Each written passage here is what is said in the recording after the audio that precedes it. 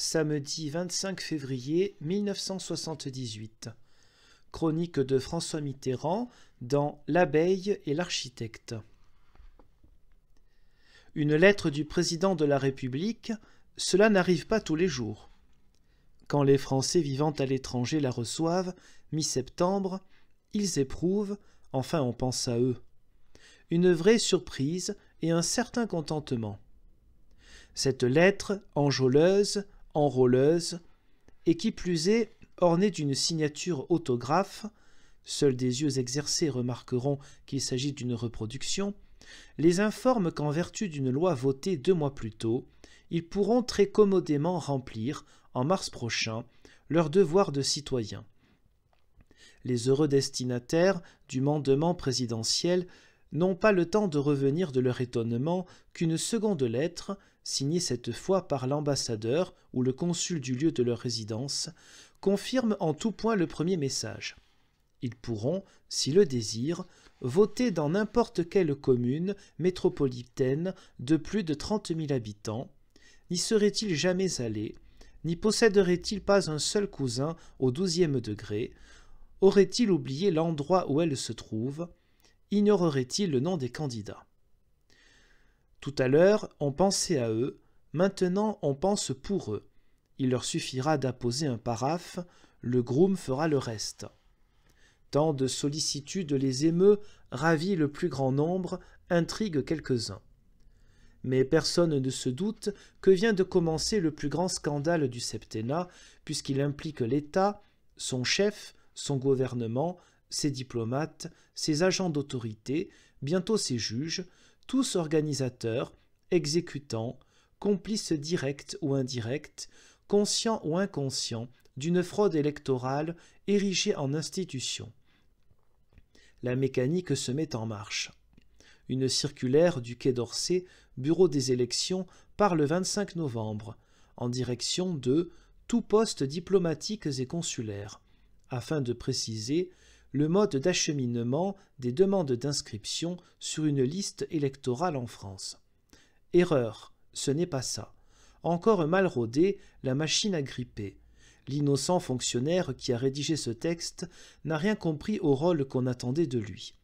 Une deuxième circulaire, du 29 novembre, avec pour le coup la signature de M. Ulrich, directeur du cabinet de M. de Guiringaud, annule les instructions vieilles de 4 jours et recommande aux ambassadeurs et consuls d'user de la valise diplomatique aussi systématiquement que possible, de prévoir l'expédition de valises non accompagnées, supplémentaires, compte tenu des besoins, compte tenu notamment de la nécessité pour les demandes d'inscription de parvenir dans les mairies avant le 31 décembre et, détail savoureux, de communiquer à la direction des conventions administratives et des affaires consulaires au plus tard pour le 5 décembre.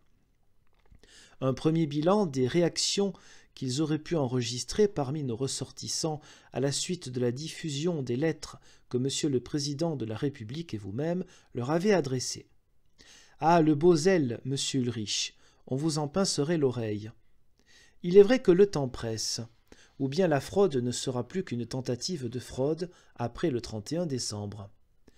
Nul ne peut plus s'inscrire sur une liste électorale. Donc on se dépêche.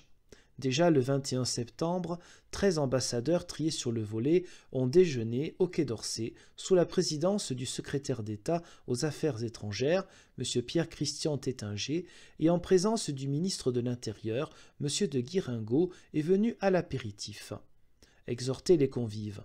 Affecté au digestif, le ministre de l'Intérieur a souligné à son tour l'importance que le gouvernement attachait aux dispositions de la loi sur les Français de l'étranger.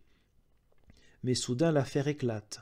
L'ambassadeur de France au Gabon, M. Delaunay, expédie 2 télégrammes à son ministère annonçant la remise directe, par ses soins, à un porteur du Rassemblement des Français de l'étranger, association créée pour la circonstance par les partis de la majorité, de plusieurs centaines de procurations en blanc, dont la répartition se fera à Paris.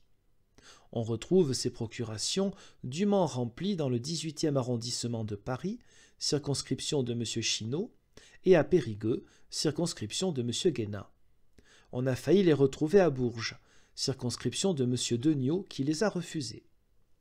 Le Canard enchaîné publie les télégrammes de M. Delaunay. M. de Guiringaud se tait. Je pose une question écrite sur le même sujet.